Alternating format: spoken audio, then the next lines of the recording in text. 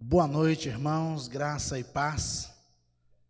Que bom que você pode, nesse instante, estar reunido com a sua família, na sua casa, para juntos louvarmos o nome do nosso Deus.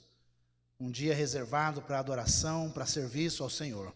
Convido você com muita alegria no coração a estar aí reunidos, para juntos lermos a palavra, falarmos com o nosso Deus através da oração, e também manifestar a nossa gratidão ao Senhor, através dos cânticos que iremos cantar nessa noite, expressando verdades, bíblicas em relação ao nosso Deus. Então nós somos gratos ao nosso Deus por esta oportunidade neste instante. Convido você a abrir a sua Bíblia no Salmo de número 135. Louvores a Deus, Salmo de número 135. Faremos a leitura de todo este salmo. Se você quiser, você faça juntamente comigo. Diz assim a palavra do nosso Deus: Aleluia! Louvai o nome do Senhor, louvai os servos do Senhor, vós que assistis na casa do Senhor, nos átrios da casa do nosso Deus. Louvai ao Senhor, porque o Senhor é bom. Cantai louvores ao seu nome, porque é agradável. Pois o Senhor escolheu para si a Jacó e a Israel para a sua possessão. Com efeito, eu sei que o Senhor é grande e que o nosso Deus está acima de todos os deuses. Tudo quanto aprouve ao Senhor, Ele o fez, nos céus e na terra, no mar e em todos os abismos. Faz subir as nuvens dos confins da terra, faz os relâmpagos para a chuva, faz sair o vento dos seus reservatórios. Foi ele quem feriu os primogênitos no Egito, tanto dos homens como das alimárias. Quem no meio de ti, ó Egito, operou sinais e prodígios contra Faraó e todos os seus servos. Quem feriu muitas nações e tirou a vida a poderosos reis. A Seom, rei dos amorreus, e a Og, rei de Bazã, e a todos os reinos de Canaã, cujas terras deu em herança a Israel, seu povo. O teu nome, Senhor, subsiste para sempre. A tua memória, Senhor, passará de geração em geração, pois o Senhor julga ao seu povo e se compadece dos seus servos. Os ídolos das nações são prata e ouro, obra das mãos dos homens. Tem boca e não falam, tem olhos e não veem, tem ouvidos e não ouvem, pois não há alento de vida em sua boca. Como eles se tornam os que os fazem, e todos os que neles confiam. Casa de Israel, bendizei ao Senhor. Casa de Arão, bendizei ao Senhor. casa de Levi, bendizei ao Senhor. Vós que temeis ao Senhor, bendizei ao Senhor. Desde Sião, bendito seja o Senhor, que habita em Jerusalém. Aleluia. Nós vamos orar e logo após nós vamos louvar ao Senhor, cantando a Ele, glorificando o seu nome nesta noite. Pai, nós te adoramos, bendizemos. Nós, ó Deus, nesse instante nos reunimos como povo, como família do Senhor, para celebrarmos o teu nome, para juntos, ó Deus, como igreja, louvar ao Senhor, que tem sido Deus fiel durante toda a história da tua igreja. O Deus bondoso, misericordioso, o Deus que abençoa o seu povo. E nós, nesse instante, nos reunimos para louvar ao Senhor, para agradecer ao Senhor. E nós fazemos isso com alegria no nosso coração, com satisfação, sabendo que o Senhor é bom, que a sua misericórdia dura para sempre. E nós fazemos em nome de Jesus. Amém.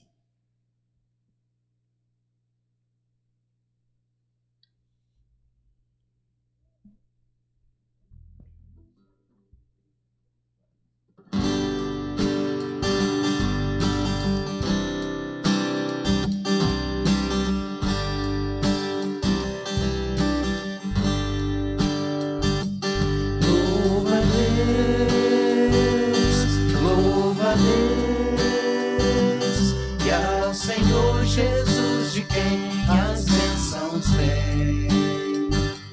Louva a Deus, e ao Senhor Jesus, de quem as bênçãos vêm. Se o coração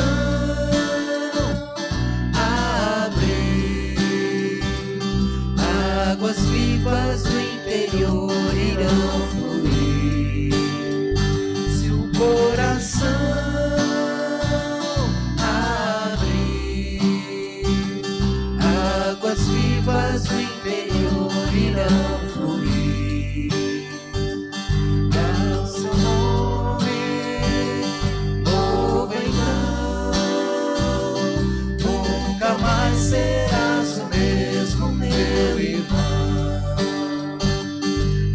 Seu nome, louva então, nunca mais serás o mesmo, meu irmão. Se o coração abrir, águas vivas do interior irão fluir. Se o coração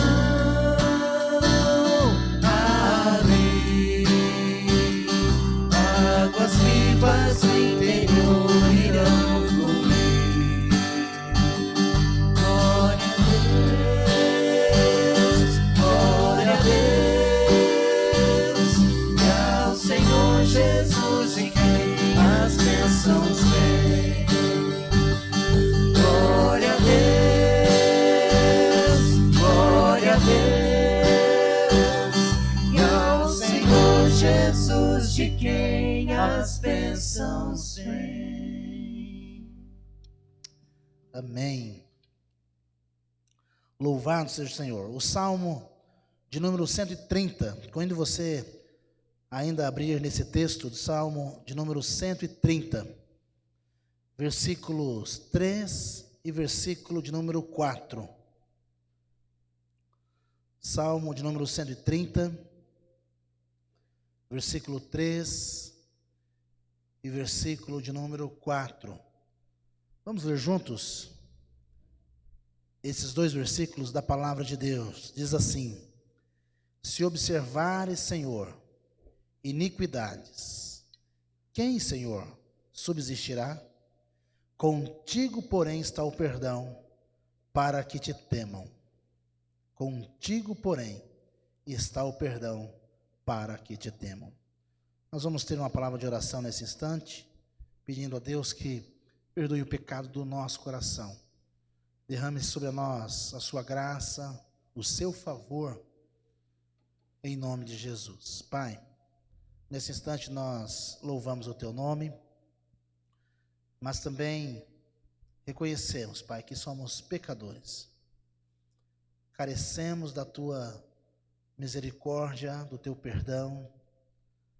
O Senhor conhece o nosso coração, o Senhor sabe que somos falhos, nós somos pecadores e pedimos ao Senhor, nesse instante, perdoe o nosso pecado.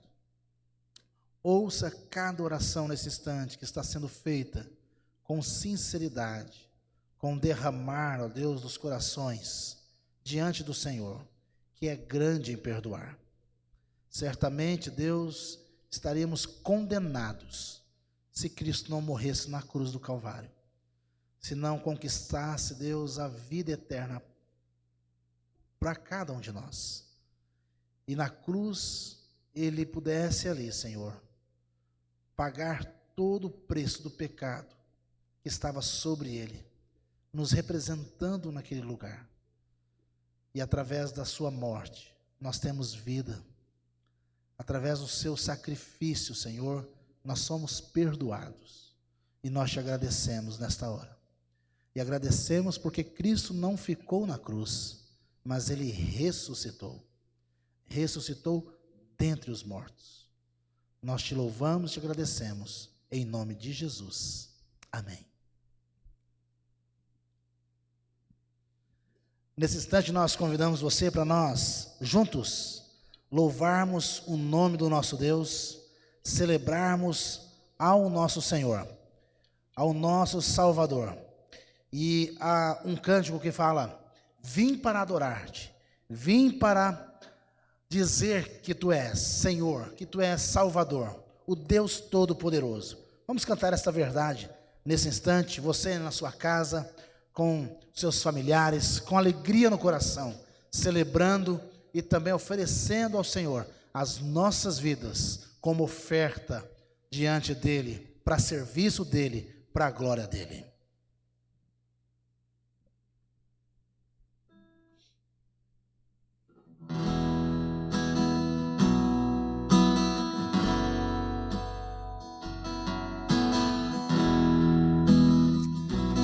Louve ao Senhor.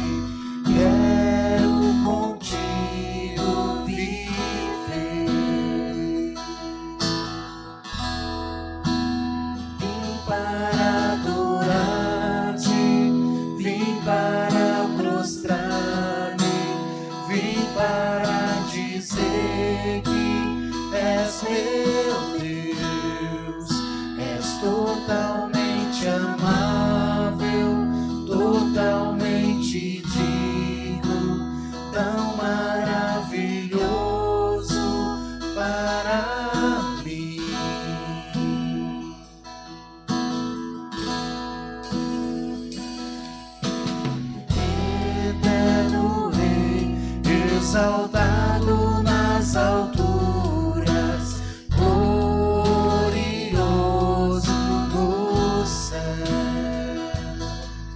humilde vieste na terra que criaste, por amor pobre se fez. Vim para adorar,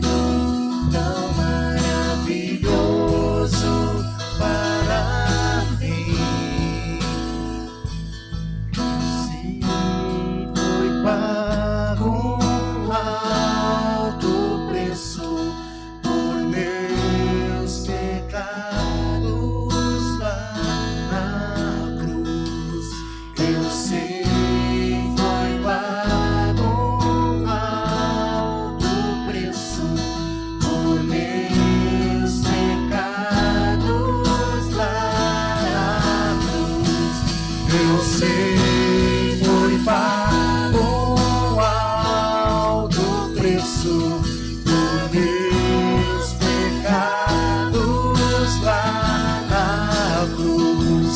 Eu sei, foi pago alto preço por meus pecados lá na cruz. Vim para adorar-te, vim para prostrar-me, vim para dizer que és meu Deus. És totalmente amável, totalmente digno, tão maravilhoso para mim. Vim para adorar-te, vim para prostrar-me, vim para dizer que és meu Deus. És totalmente amável, totalmente digno, tão maravilhoso para mim.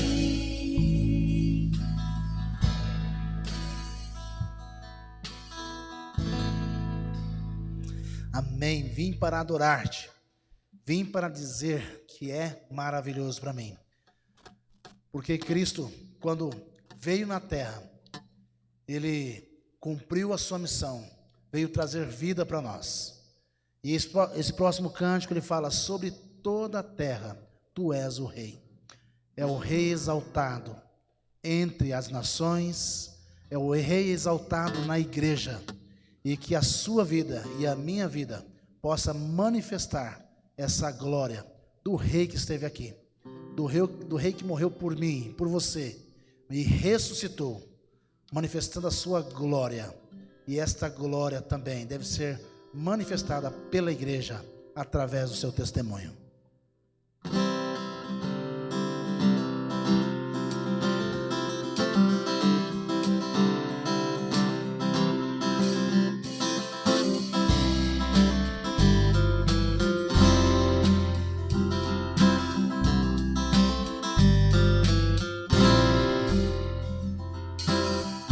Sobre toda a terra tu és o Rei, sobre as montanhas e o pôr do sol.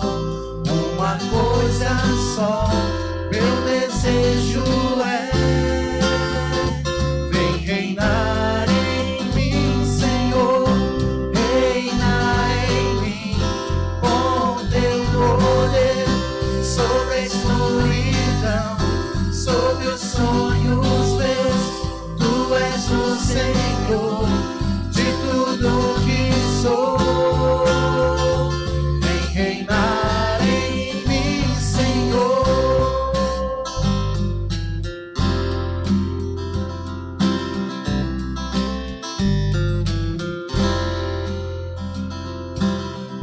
Sobre o meu pensar, tudo que eu falar, faz-me refletir a beleza que há em ti. Tu és para mim mais que tudo aqui. Vem reinar em mim, Senhor, reina em mim, com o teu poder sobre a escuridão, sobre os sonhos meus.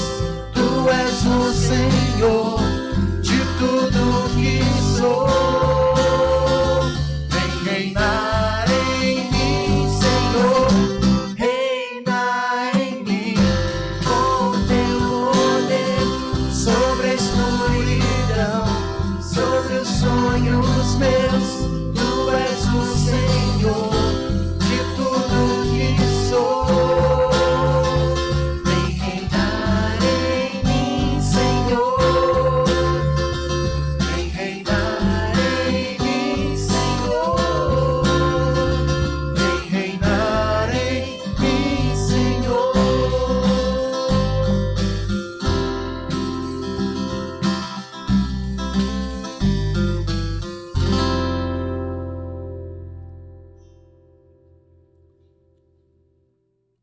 Ó, quão lindo esse nome é. É esse cântico que nós vamos cantar nessa noite, que eu gostaria que você prestasse bem atenção na letra desse cântico. Uma letra que fala sobre o nome de Jesus, o nome que é poderoso, o nome que é lindo, o nome que um dia todo joelho confessará e toda língua confessará. Aliás, todo joelho se dobrará e toda língua confessará que Jesus é Senhor. Cantemos.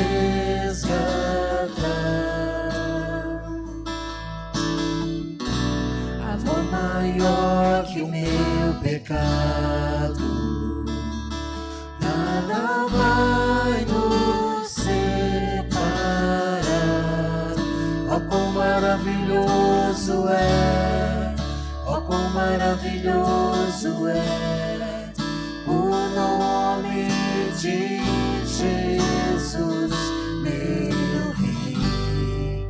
Oh, quão maravilhoso é, maior que tudo Ele é.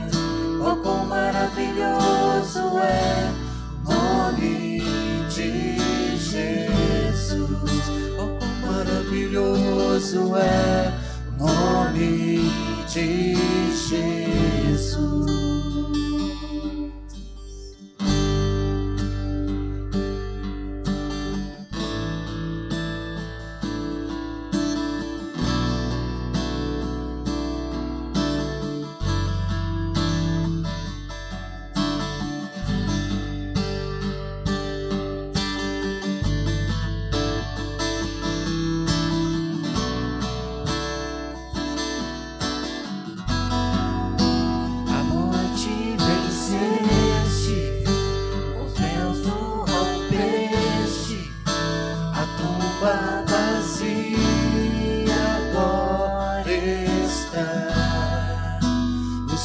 Te adora, proclama tua glória, pois ressuscitaste vivo está. És invencível, inigualável, hoje pra sempre reinarás. Teu é o reino, tu é a glória, acima de todo nome está. Poderoso esse nome é, poderoso esse nome é, o nome de Jesus, meu Rei. Poderoso esse nome é, mais forte que tudo é. Poderoso esse nome é, nome de Jesus.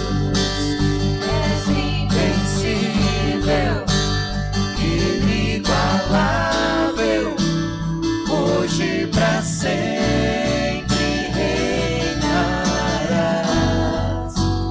Teu é o reino,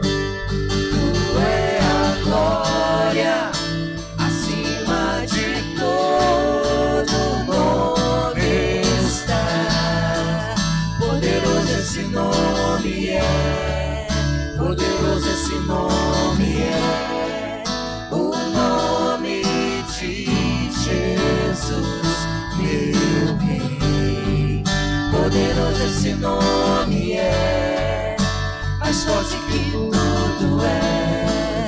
Poderoso esse nome é, o nome de Jesus. Poderoso esse nome é, o nome de Jesus. Poderoso esse nome é, o nome de Jesus.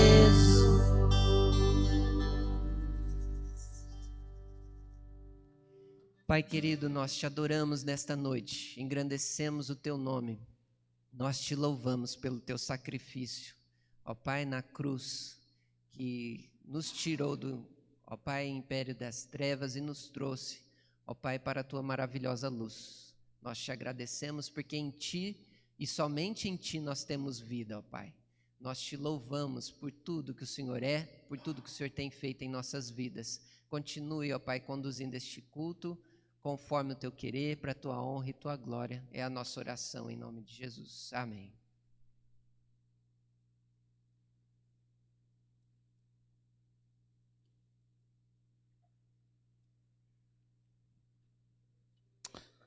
Amém. Convido você, nesse instante, a lermos o texto do Salmo de número 121. Salmo 121.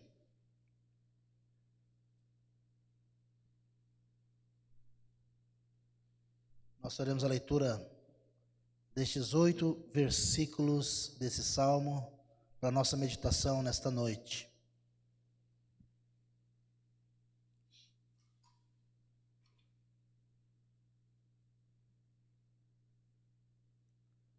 Salmo de número 121 diz assim: eleva os olhos para os montes, de onde me virá o socorro? O meu socorro vem do Senhor, que fez o céu e a terra. Ele não permitirá que os teus pés vacilem, não dormitará aquele que te guarda. É certo que não dormita nem dorme o guarda de Israel. O Senhor é quem te guarda, o Senhor é a tua sombra à tua direita. De dia não te molestará o sol, nem de noite a lua. O Senhor te guardará de todo mal, guardará a tua alma. O Senhor guardará a tua saída e a tua entrada, desde agora e para sempre. Amém.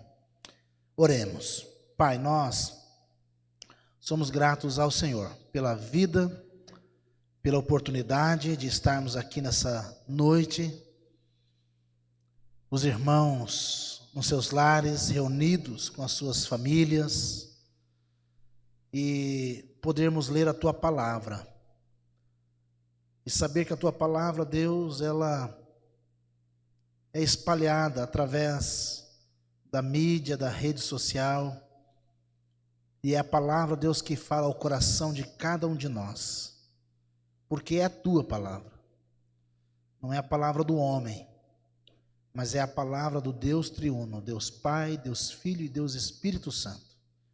E nós, nesse instante, rogamos que o Senhor fale conosco.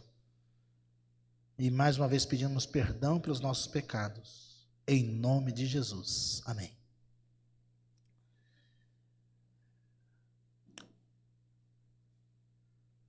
Uma família pastoral estava de férias, viajando, e num determinado momento da viagem, foram surpreendidos por assaltantes. Então esses assaltantes pegaram o carro e tomaram o carro e os levaram como reféns. E andaram com eles por horas, dentro de estradas vicinais, estradas de chão, e já era de noite. E aquela família pastoral, então, apreensiva, com olhos vendados, não sabiam o que iria acontecer. Mas o certo é que, em algum momento daquela noite, aqueles assaltantes, então, deixaram todos eles, a família toda, em um matagal. E levaram seus pertences, levaram tudo que eles tinham e foram embora. E deixaram eles lá, naquela noite escura, fria, e depois de uma situação dessa, com muito pavor, medo, mas aquela família então começa a caminhar naquele mato, procurando uma saída. E o pastor então, o pai, o líder ali, ele começa a pedir a Deus uma orientação para saber qual direção eles deveriam caminhar para chegar até uma estrada, até um lugar onde pudessem encontrar e pedir socorro. E em algum momento ele olhou para uma estrela, e ao olhar para aquela estrela ele falou assim: olha, se nós seguirmos aquela estrela, é certo que nós chegaremos a alguma saída, alguma estrada. E ele então caminha em direção àquela estrela, e aquela estrela é como referência para ele.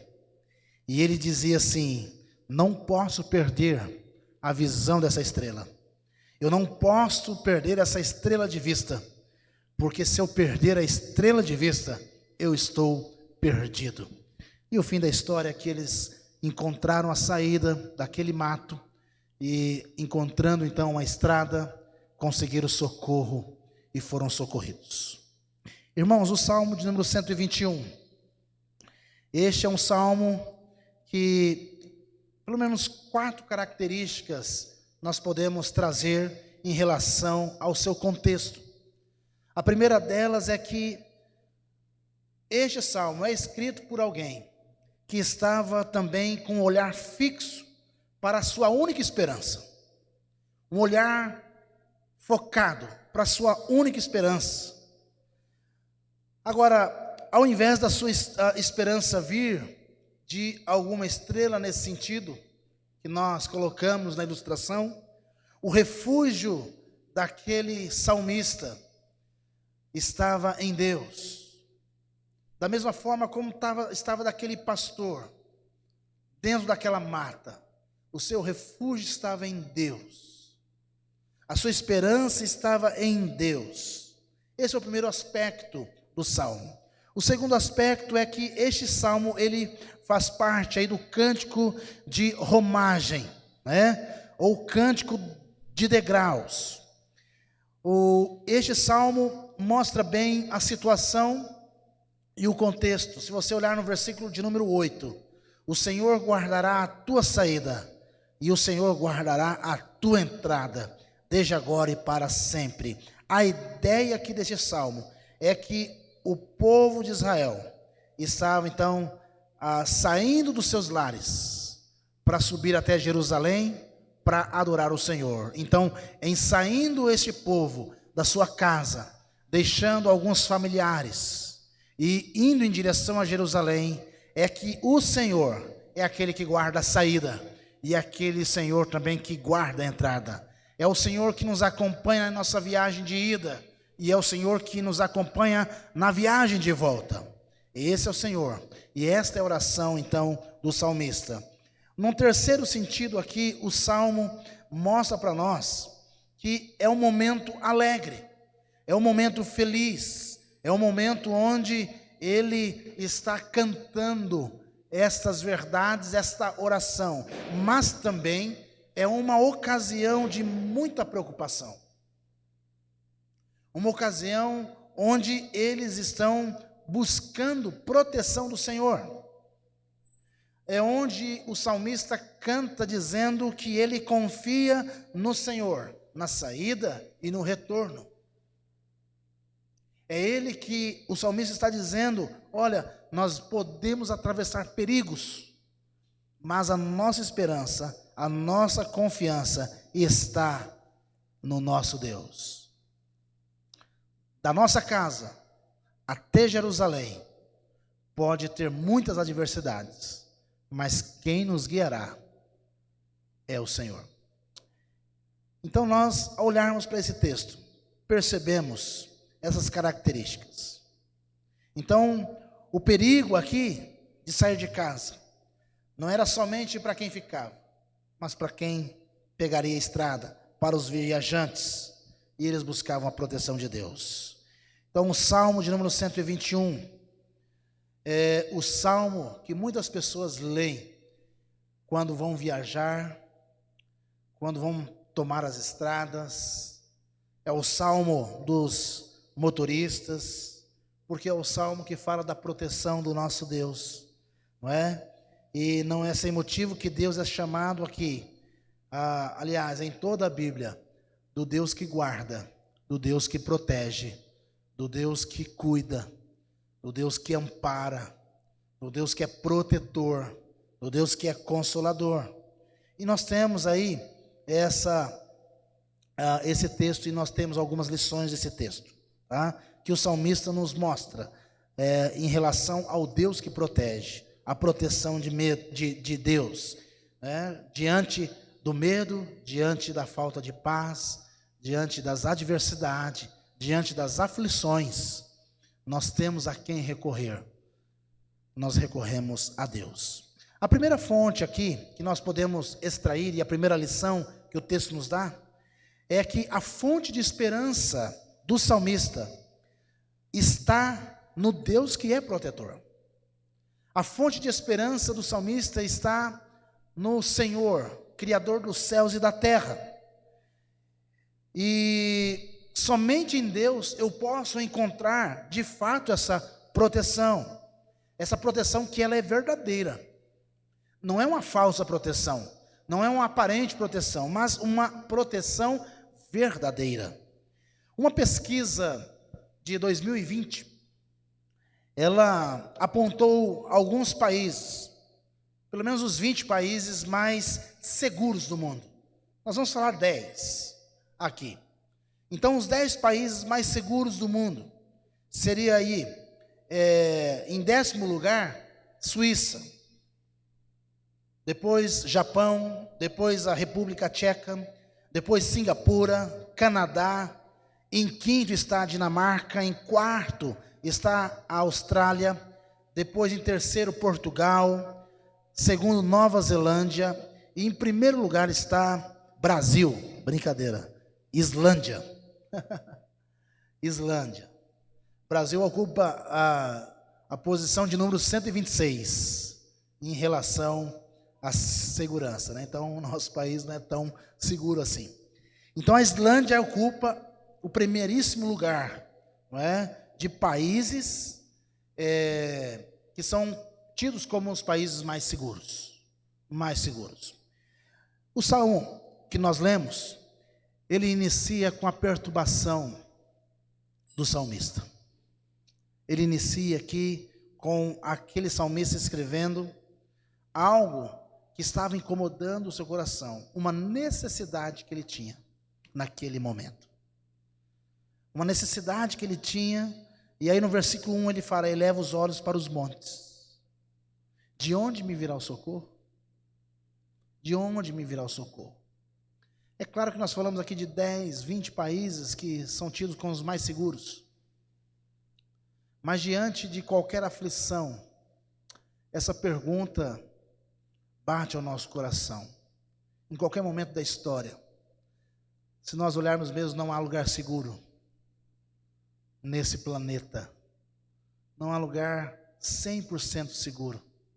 É por isso que o salmista ele nos ensina nessa noite, com essa pergunta e também com a resposta imediata que ele dá. Então a sua pergunta aqui é questão essencial, né? Da impotência humana, revela a incapacidade humana. A pergunta do salmista tem tudo a ver comigo.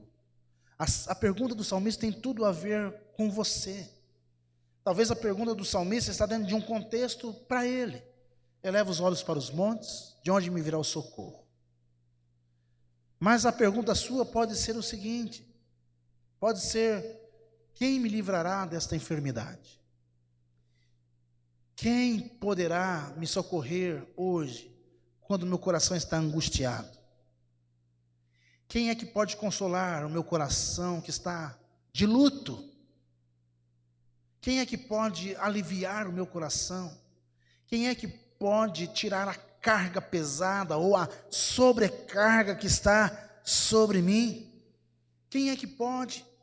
Quem é que tem o poder de me sustentar e entrar dentro de mim, na minha alma, e aliviar a minha alma? Porque muito do nosso cansaço não é físico.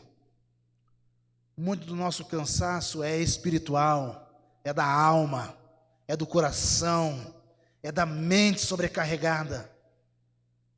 E o Senhor, somente o Senhor, a resposta do salmista aqui: o meu socorro vem do Senhor, é do Senhor. O apóstolo Paulo mesmo, bravejando, gritando em Romanos capítulo 7, ele diz assim: miserável homem que sou, quem me livrará do corpo desta morte? Quem me livrará? Então, quando o salmista olha para a sua situação nesse contexto aqui, ele está olhando para o monte. É interessante, né? A função desse monte é uma função um pouco misteriosa para nós, porque aqui o salmista poderia estar procurando nos montes quem lhe pudesse socorrer. Talvez num primeiro momento nós olhássemos aqui, ele olhasse para o monte aqui que ele está dizendo, eleva os olhos para os montes, de onde me virá o socorro?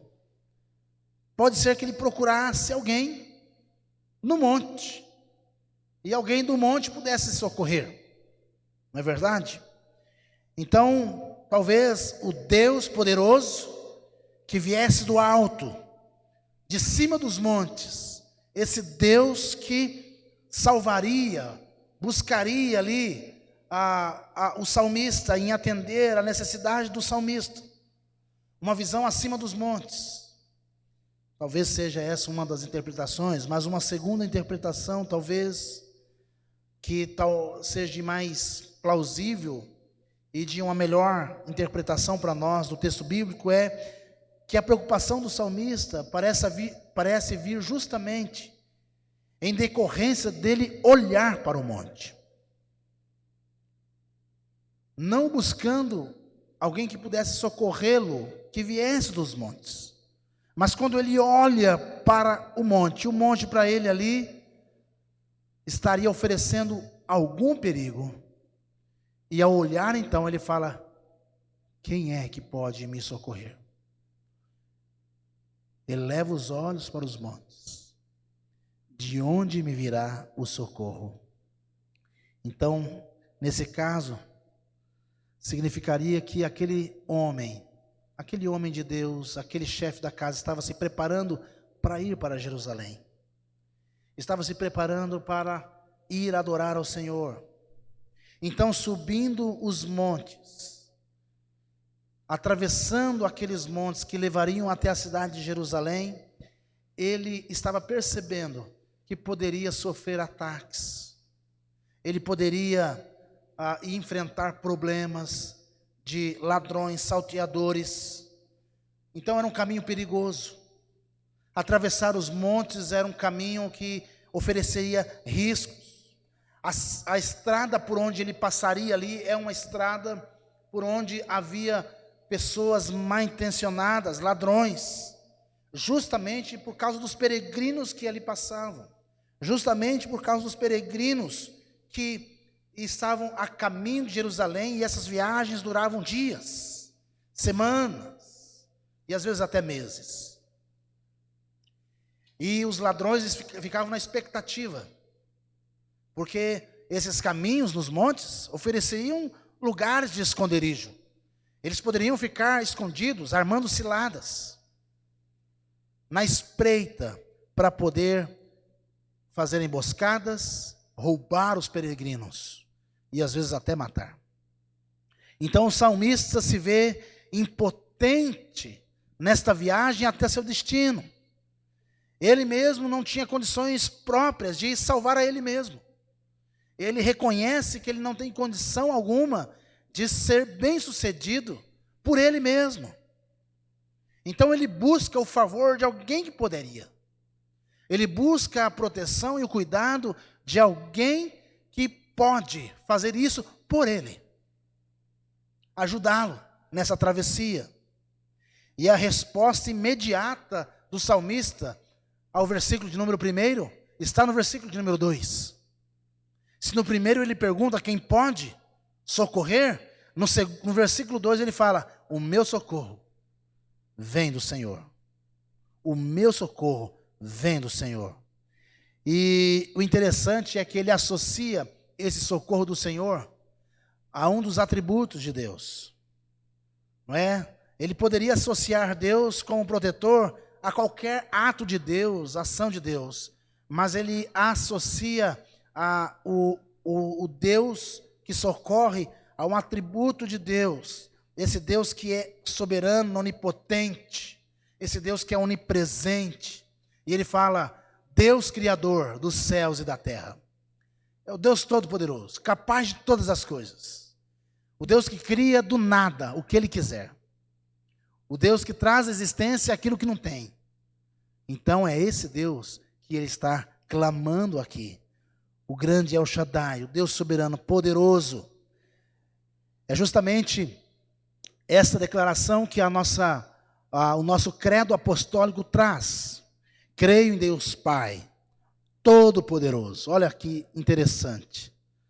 Creio em Deus Pai, Todo-Poderoso. O atributo da onipotência, o atributo desse poder completo, total, perfeito, cabe apenas a uma pessoa. Deus. Unicamente a Deus, que criou o mundo e criou todas as coisas que tem nesse mundo. Então, ter todo este poder, ter toda esta autoridade, essa onipotência, ter todas essas características, faz de Deus aquele capaz de proteger a saída e a entrada, a ida e a volta, não é? E em tudo isso, o nosso Deus, ele é glorificado. Mostra para nós que ele é o único Deus, é o único capaz de proteger a sua igreja, o seu povo, é o único capaz de guardar, de amparar, de sustentar. E aí nós deveríamos talvez fazer um estudo nessa palavra, guardar, que tem vários sentidos na palavra de Deus. Não apenas guardar de livrar, mas guardar daquele que não foi livre, mas sustentá-lo, fortalecê-lo, encaminhá-lo, socorrê-lo. Vários sentidos essa palavra tem aplicado àquele que é poderoso para fazer todas essas coisas, que é o nosso Deus. Então, quando nós lemos na história o povo de Israel, o povo de Deus, nós vemos na Bíblia sempre relacionado ao povo de Deus e a Deus, a história dos montes. Monte na Bíblia é algo interessante, porque você vai perceber que o templo foi edificado sobre o monte, não é? E no templo, Deus se manifestava gloriosamente, a glória do Senhor entrou, invadiu, né? Se manifestava, Isaías capítulo 6. Então há um elogio aos montes na Bíblia, especialmente ao Monte Sião, onde o templo ele foi estabelecido. O Senhor então edifica o seu templo em um monte. O interessante é que ao olharmos para o Novo Testamento, Jesus gostava de orar nos montes. Jesus se retirava para os montes e ali ele orava. Então o monte ficou sendo um lugar da habitação de Deus, não é? Acabou tomando aí essa conotação, onde Deus deve ser cultuado, onde Deus deve ser louvado. E isso confundiu muito as pessoas. E se olharmos também ao ponto, olharmos para a mulher samaritana, e há uma confusão, e ela fala, olha, nossos pais adoraram neste monte, Gerizim, mas vocês, judeus, dizem que Jerusalém é o lugar onde se deve adorar a Deus. Evangelho de João, capítulo 4, versículo 20. Então é forte a tentação de nós confiarmos em coisas. É forte a tentação de nós transformarmos um monte em centros de idolatria. É forte essa tentação. As pessoas observam mais a orientação humana do que as orientações divinas. O homem é mais dado àquilo que ele pode tocar, pegar, do que entender que deve crer pela fé. Mais bem-aventurado é aquele que não viu e creu. Mas o homem ele é tentado a colocar objetos, coisas, para que ele possa adorar melhor, para que ele possa servir melhor. E aí contraria o que está escrito na palavra de Deus.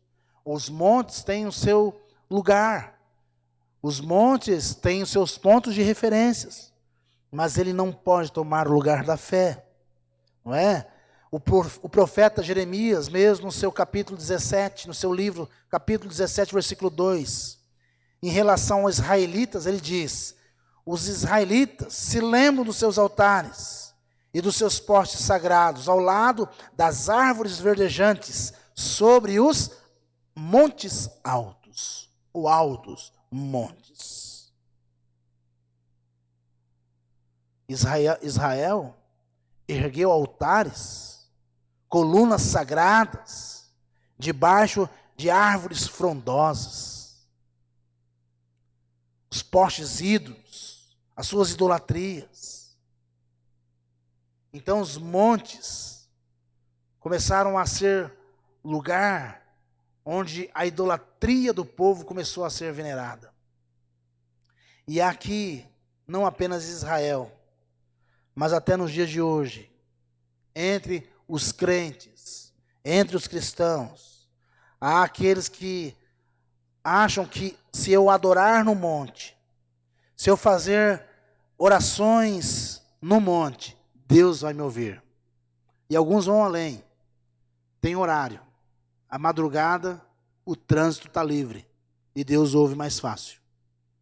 Então vão fazendo doutrinas sobre achismos. Vão fazendo doutrinas humanas e esquecendo o que a Bíblia diz, esquecendo o que a palavra de Deus nos mostra. Então há muitas pessoas que fazem vigílias e orações, jejuns nos montes. Alguns vão para lá sozinhos, outros vão para lá em caravanas, não é? Achando que por estarem ali serão abençoados, achando que por estar nesses montes os céus se abrirão e verão manifestações da glória de Deus por estarem nos montes.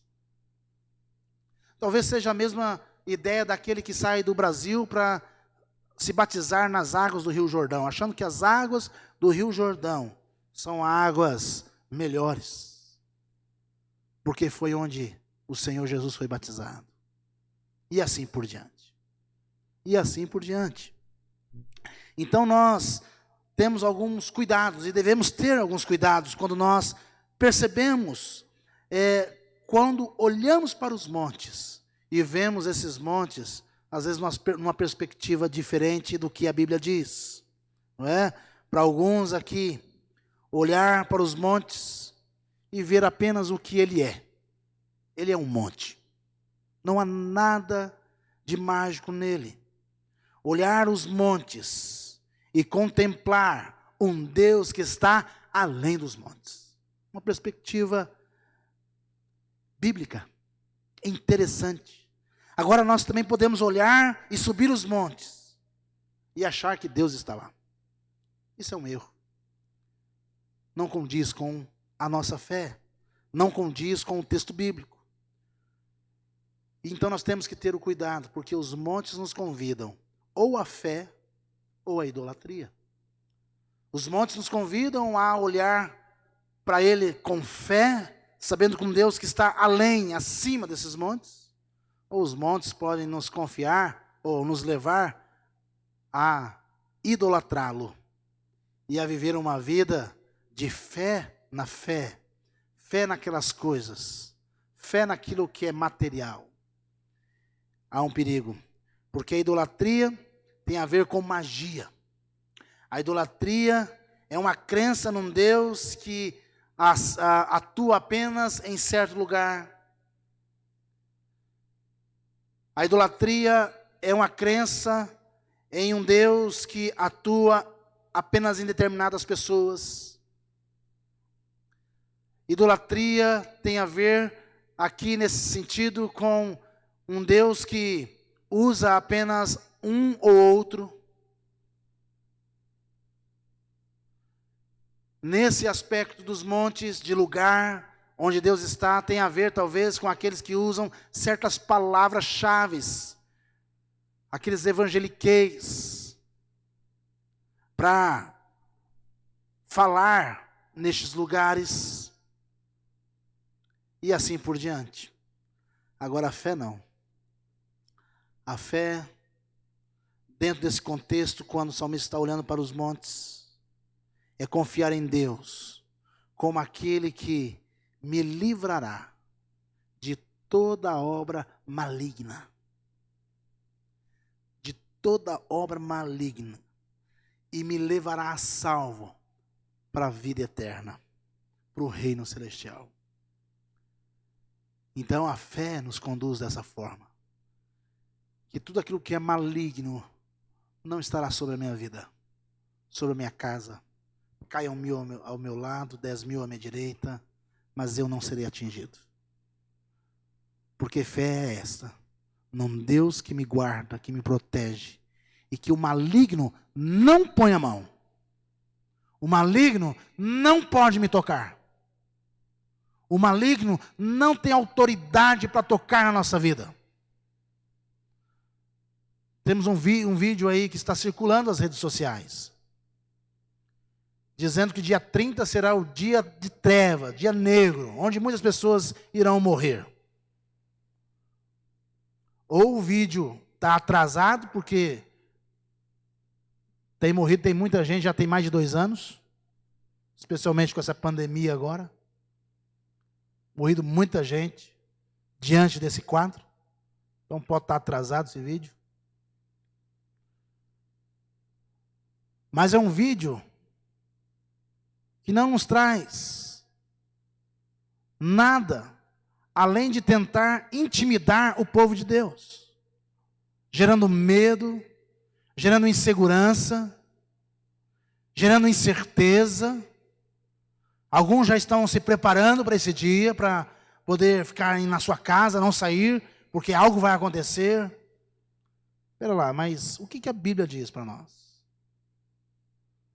A Bíblia diz que nós somos entregues à morte todos os dias, em todo tempo, em todo momento.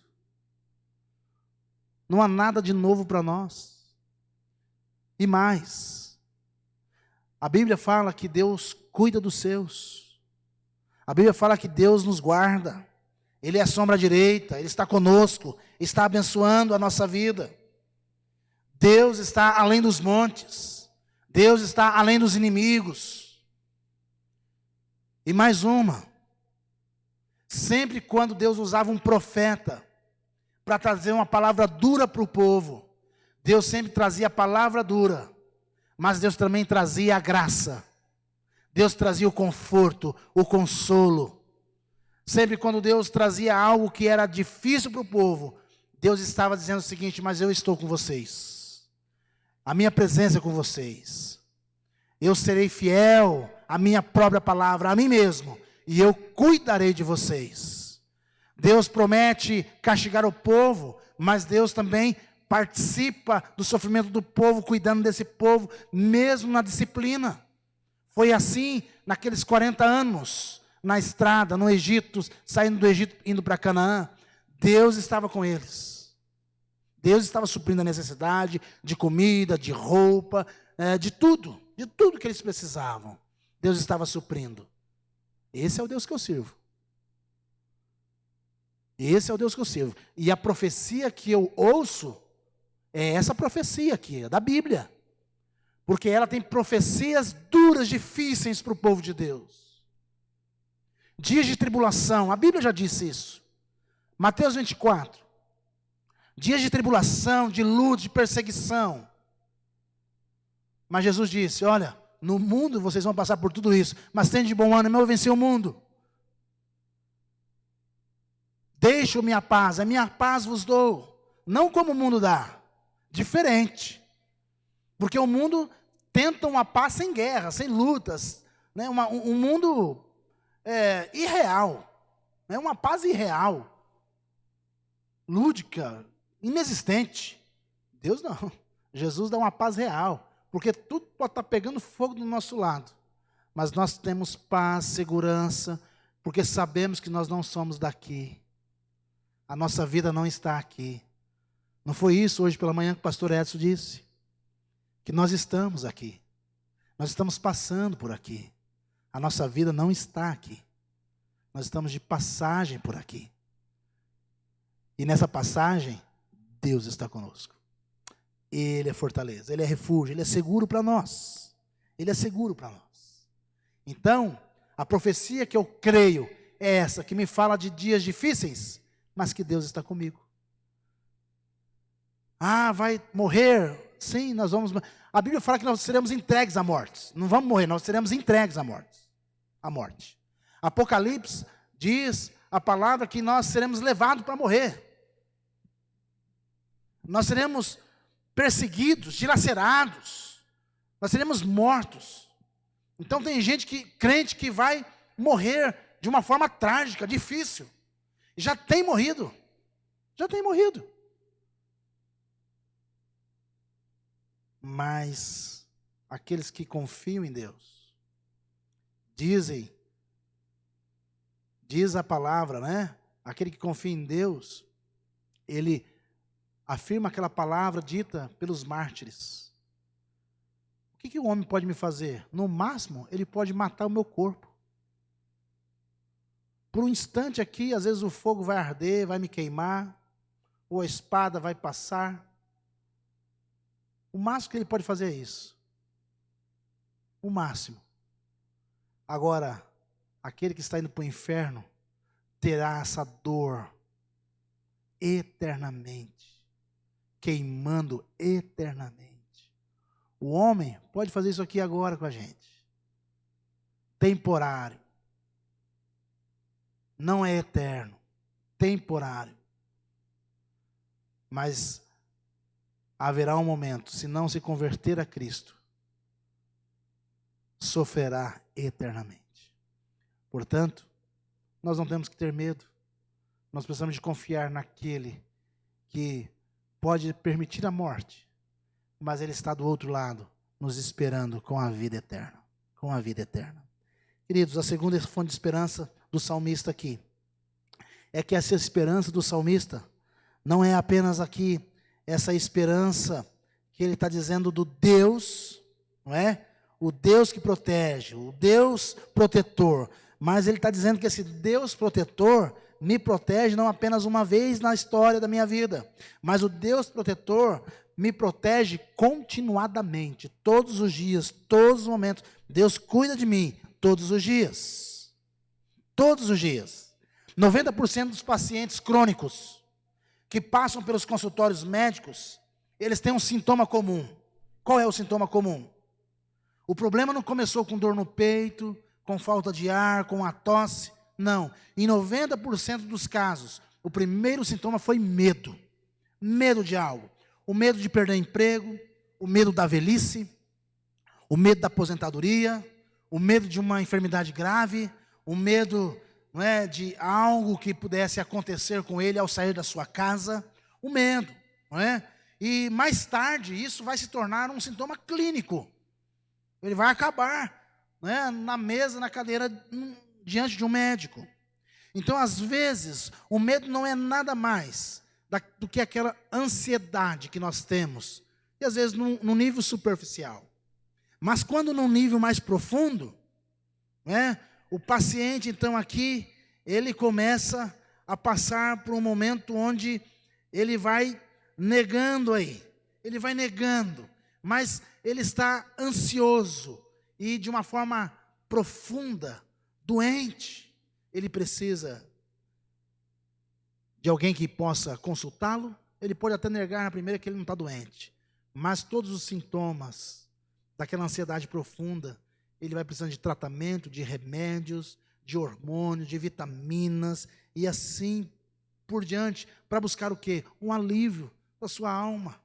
O medo é tão grande, há tantas pessoas que têm medo de sair na rua, né? Medo de tomar um carro, um ônibus, entrar dentro de um carro, dentro de um avião. Pessoas têm medo.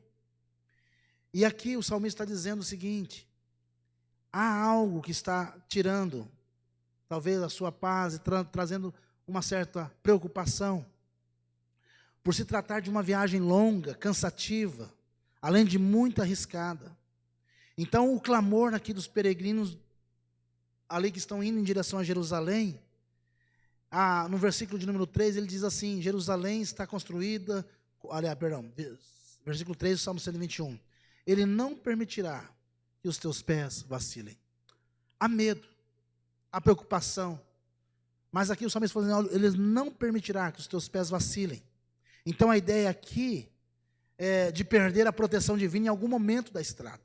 Em algum momento pode acontecer algo que os nossos pés possam vacilar, não é?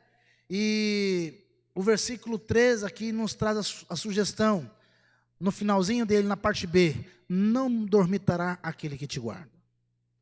A nossa caminhada aqui tem muitos tropeços, muitos obstáculos, muitas coisas. E o medo de tropeçar, o medo de perder a proteção de Deus. O salmista falou assim: olha, isso não tem problema. Não é problema, porque o nosso Deus não dormita e nem dormitará. Ou seja, nosso Deus não cochila. É diferente do guarda noturno, que às vezes dá uma cochilada na madrugada, no sono, e dá uma cochilada, né? Às vezes, tem vários vídeos na internet, você puxar aí, o vigilante está lá, sentado, mas dormindo. O ladrão entra, rouba computador, rouba tudo, vai embora. Quando o vigilante acorda, não tem mais nada. O monitor dele foi levado embora, e ele estava dormindo. Ele deu aquela dormida, aquela cochilada. O salmista está dizendo para nós aqui que, olha, ele não permitirá que os teus pés vacilem. Ele vai cuidar de você. Os pés é a ideia de diário. Então, dia a dia, Deus vai cuidar de você. Não permitirá que os teus pés tropecem, vacilem. Por quê? Porque Deus não dormita. Ele vai cuidar de você. Ele vai estar atento. Ele é como aquele pai. Ele é como aquele avô. Ele é como aquele que cuida, né, do filho, jamais falha. Ele é aquele que está guardando, é o protetor, é a sentinela, ele é o guardião, sempre alerta. Ele não dorme, ele não cochila, ele não tira férias, ele não tira folga. Ele está atento, ele está atento.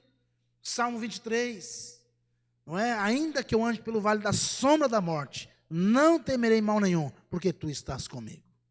Em terceiro lugar, a terceira fonte de esperança nossa é a proteção de Deus, cuidadosa. A proteção cuidadosa de Deus, versículos 5 a 7. O Senhor é quem te guarda, o Senhor é a tua sombra à tua direita. De dia não te molestará o sol, nem de noite a lua. O Senhor te guardará de todo mal, guardará a tua alma.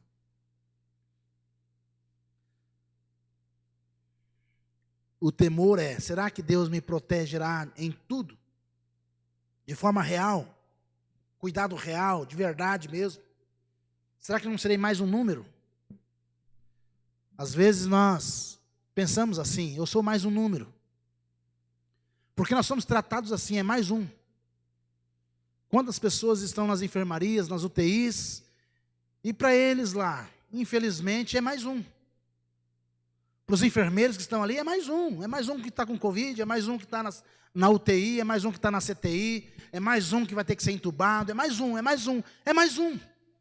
Mas para Deus não é mais um, não. Para Deus não é mais um.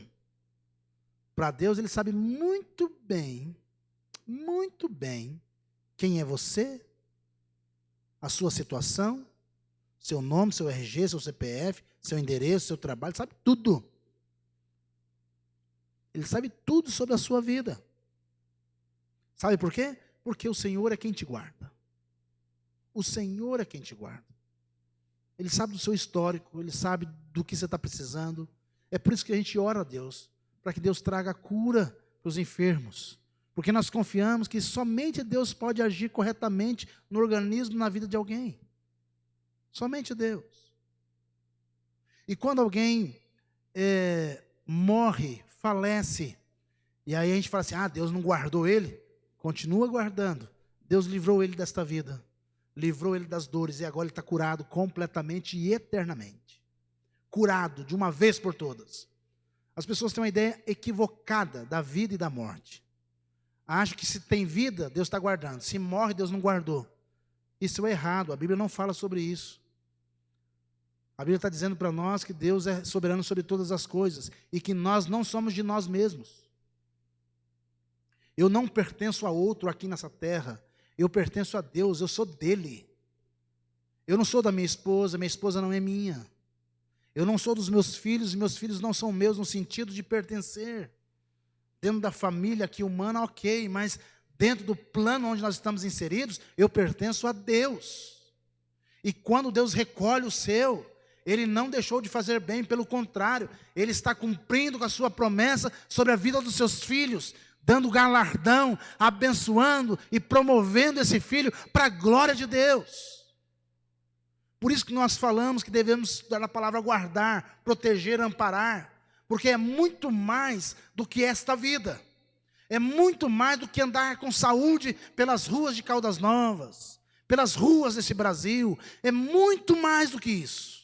É muito mais do que nós podemos pensar e imaginar. Talvez falte um pouco do conhecimento bíblico e da dependência que nós temos do texto, de nos submeter à sua palavra, ao seu senhorio, à sua vontade, ao seu plano, ao seu projeto. Então o Senhor é a tua sombra, a tua direita. O Senhor é a tua sombra junto à tua mão direita, podemos dizer assim, né? Essa parte direita que é parte forte, poderosa, com força. Então nós olhamos aqui para esse texto, e nós somos, os homens são guardados por Deus, são mapeados por Deus, dirigidos por Deus. Então uma das formas de Deus guardar, aqui está sendo ilustrada pela sombra daquele que caminha. O Senhor é a sombra à tua direita. O Senhor está ali. Um salmista, ele diz assim, imaginando a presença de Deus, não é? Esconde-me à sombra das tuas asas. Salmo 17, versículo 8. Então essa proteção ao lado direito, o lado da força, a mão da força, não apenas o lado é protegido, mas a pessoa inteira é protegida por Deus. E aí ele diz aqui, o Senhor te guardará, né? De dia o sol não te mostrará, nem de noite a lua. Qual que é a ideia do texto? A ideia é que o Senhor me guarda 24 horas por dia. De dia e de noite e de dia. Então sol e lua são indicações de tempo. Esse tempo de 24 horas, Deus não dorme, não dormita, não dorme, não cochila. O Senhor te guardará de todo mal, Ele guardará a tua alma. Em último lugar, a fonte de esperança do salmista consiste na presença, e na presença absoluta de Deus. Presença absoluta. Interessante aqui que hoje nós fazemos uma viagem muito rápida. Você vai do Brasil aos Estados Unidos de uma forma rápida. Dentro do Brasil, então, nem se fala. Você pegar um avião aqui em Goiânia para descer em São Paulo é 1h15.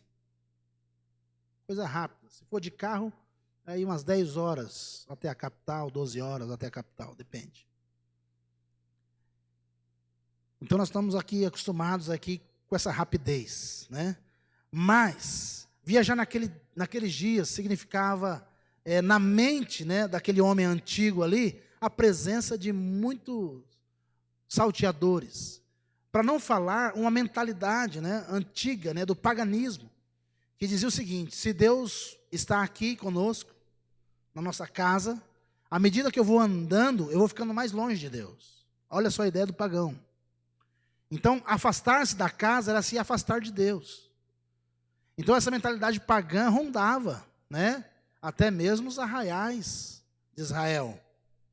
Mas o salmista, ele diz, olha, o Senhor é quem me acompanha, ele é a sombra à minha direita. Por isso que ele estava dizendo, o Senhor não ficou para trás, o Senhor está comigo. Então essa ideia pagã tinha essa tendência de se tornar essa verdade, de que estava se distanciando de Deus. Uma mentira.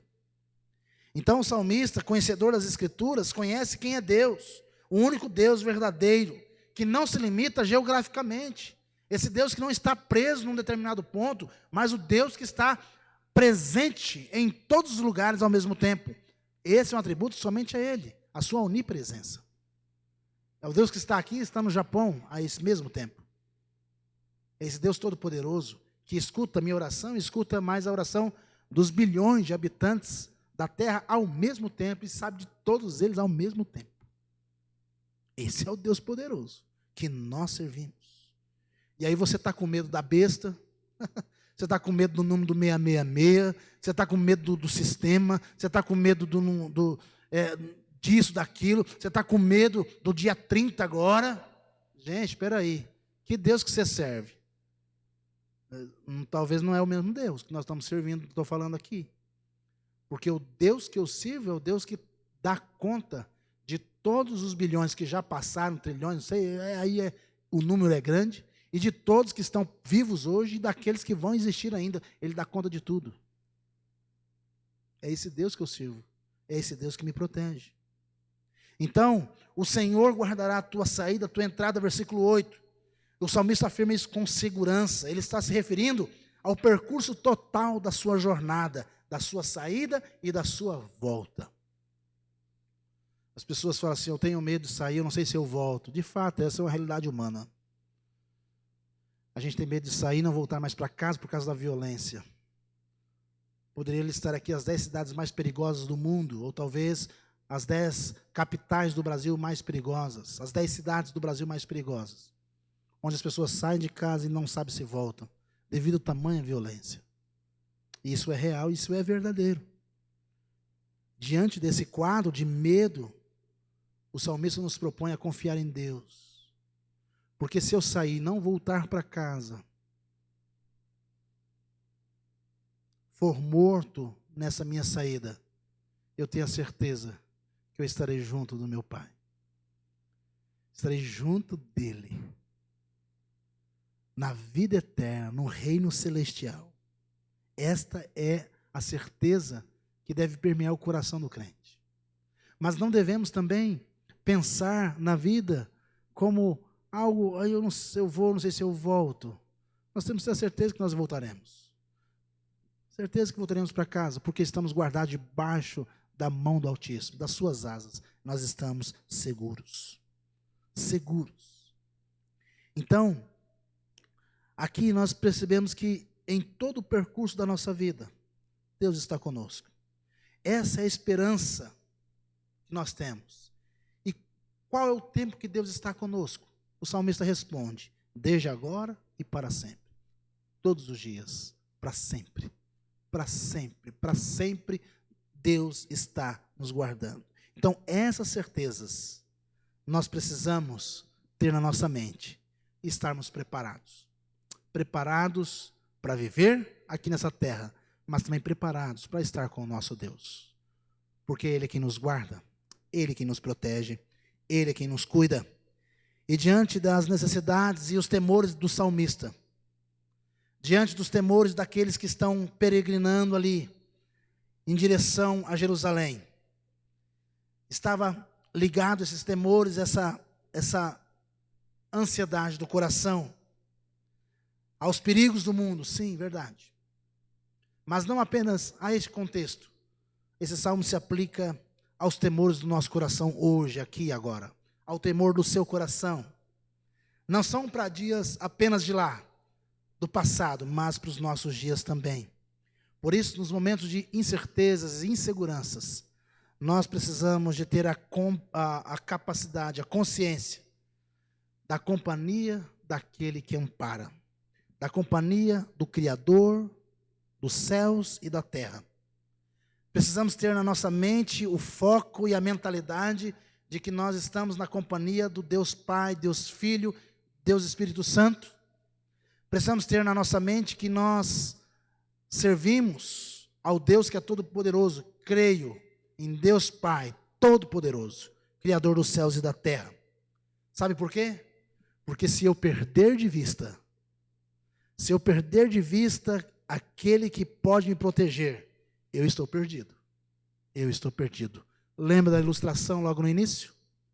Quando o pastor olhou para a estrela, falou, olha, se eu perder aquela estrela, eu estou perdido. Que Deus te abençoe. que você não perca Jesus de vista. E assim você estará no caminho certo, seguro por Ele, guardado por Ele. Pai, nós te agradecemos e te louvamos nessa noite. Pela tua proteção, pelo teu amor, pelo teu amparo, pelo teu cuidado. E também, Deus, sabemos que o Senhor, em todo o tempo, dispensa sobre nós o teu cuidado, na nossa saída, na nossa volta, no nosso trabalho, no nosso lazer, na vida diária, constante, o Senhor está cuidando de nós. Quantas vezes temos perdido esse foco? Quantas vezes não percebemos isso? Achamos que nós estamos caminhando por nós mesmos, sendo protegidos por nós mesmos. Mas nós, nesse instante, nos prostramos diante do Senhor e pedimos perdão. E pedimos, Deus, que nos dê essa visão da proteção diária, constante, poderosa, eficaz sobre a nossa vida. De um Deus que não dorme, de um Deus que não cochila, de um Deus que cuida. Nesta mesma hora, nós oramos pela família da nossa irmã Mara. Oramos, ó Deus, para que o Senhor conforte os corações e fortaleça cada um dos teus filhos. Abençoe, guarde, ampare e proteja. Sustente, ó Deus, a tua serva naquele lugar, no hospital. Dê a ela, Deus, a saúde necessária. Não apenas a ela, mas a todos aqueles que estão passando por lutas, enfermidades neste dia. Nós pedimos o teu sustento para a glória do teu nome. Nós fazemos isso em nome de Jesus. E agora, irmãos, que a graça do Senhor, que o amor de Deus Pai e as consolações do Espírito Santo estejam sobre o povo de Deus, espalhados sobre a face da terra, hoje para todos sempre. Amém, amém e amém. Amém, queridos? Deus te abençoe, Deus te sustente. Gostaria de reafirmar aqui aquilo que o pastor Edson já falou pela manhã, sobre a eleição dos presbíteros no próximo domingo. Então faça a sua inscrição, amanhã nós já vamos pôr a lista no grupo de WhatsApp, você vai poder fazer a sua inscrição, e preparando-se para o nosso tempo de eleição de oficiais, que acontece na Escola Bíblica Dominical às 9 horas da manhã. Nós temos a capacidade aqui para termos pelo menos aí 70 pessoas, 50% aqui, ou mais, né? Ou mais ainda. Os diáconos estarão organizando o templo, a recepção, com todos os cuidados. É importante, você que é membro da igreja precisa ser aqui pontuais, né? Já saindo a lista, coloque o seu nome, exercendo aí o seu papel, né, de membro dessa igreja, que este é o momento, um dos deveres, né, direitos da igreja, do membro da igreja, é de votar, né, de expressar aqui o seu voto, o seu desejo, elegendo diáconos e presbíteros. Então faça isso no próximo domingo, e nós teremos a ceia somente no culto da noite, tá? Somente no culto à noite, a ceia do Senhor. É o domingo de Páscoa, então um domingo onde nós teremos também já a posse dos novos eleitos presbíteros e diáconos no culto à noite, e contamos com a participação da igreja, em nome de Jesus. Tá joia? Deus os abençoe, Deus os fortaleça e os sustente grandemente. Abraço.